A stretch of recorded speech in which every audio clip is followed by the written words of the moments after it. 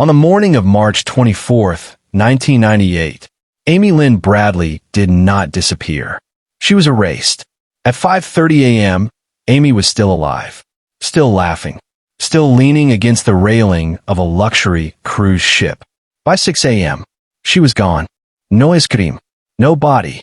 And for nearly 3 decades, the world was told one simple explanation. She fell. But here's the problem. Amy was afraid of water. She could swim, but she avoided open seas. She never would have climbed the railing. And she had already made plans for later that day. Breakfast, shopping, photos. People who plan to die don't plan their morning. Yet the cruise ship sailed on. Cabins were cleaned. Cameras were overwritten. Passengers disembarked. And Amy Lynn Bradley was never seen again.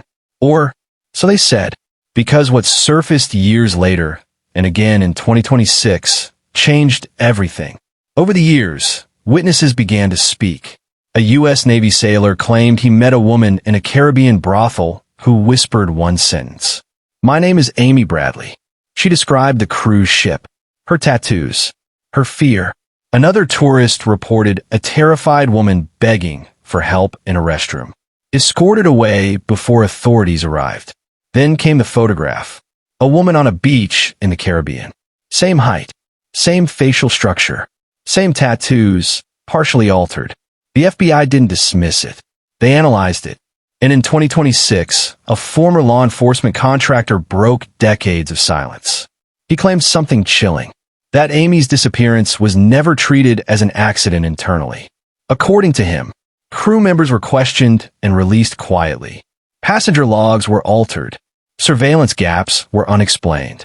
Certain names were never made public. And then came the most disturbing revelation. A retired cruise line security clerk stepped forward. He claimed he knew where Amy was taken. Not a theory, not a guess, a location, and he demanded money to reveal it. $50,000. No proof, no preview, just a promise. Just a promise. The family refused. And after that, the man vanished from public record.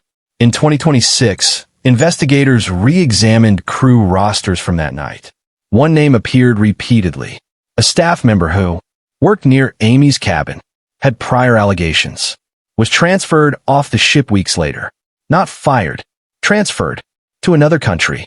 And suddenly, the accident narrative began to collapse. Amy Lynn Bradley would be 50 years old today, if she's alive. And that's the part that haunts investigators the most. Because this case doesn't behave like a death. No remains, no confirmed fall, no conclusive evidence. Only sightings, only whispers, only fear. In 2026, one final detail resurfaced. Amy had a very specific tattoo, one that would have been impossible to fully remove without scars. And multiple witnesses described those scars, which leads to a terrifying possibility. That Amy wasn't meant to disappear forever. She was meant to be hidden, used, controlled, and forgotten. But someone always remembers. A sailor, a tourist, a photograph, a voice in a bathroom. And if Amy is still alive somewhere, she has lived every single day knowing one truth, that the world moved on. But she didn't.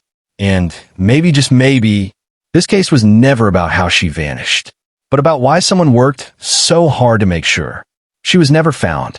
Because some crimes don't end with murder. They end with silence.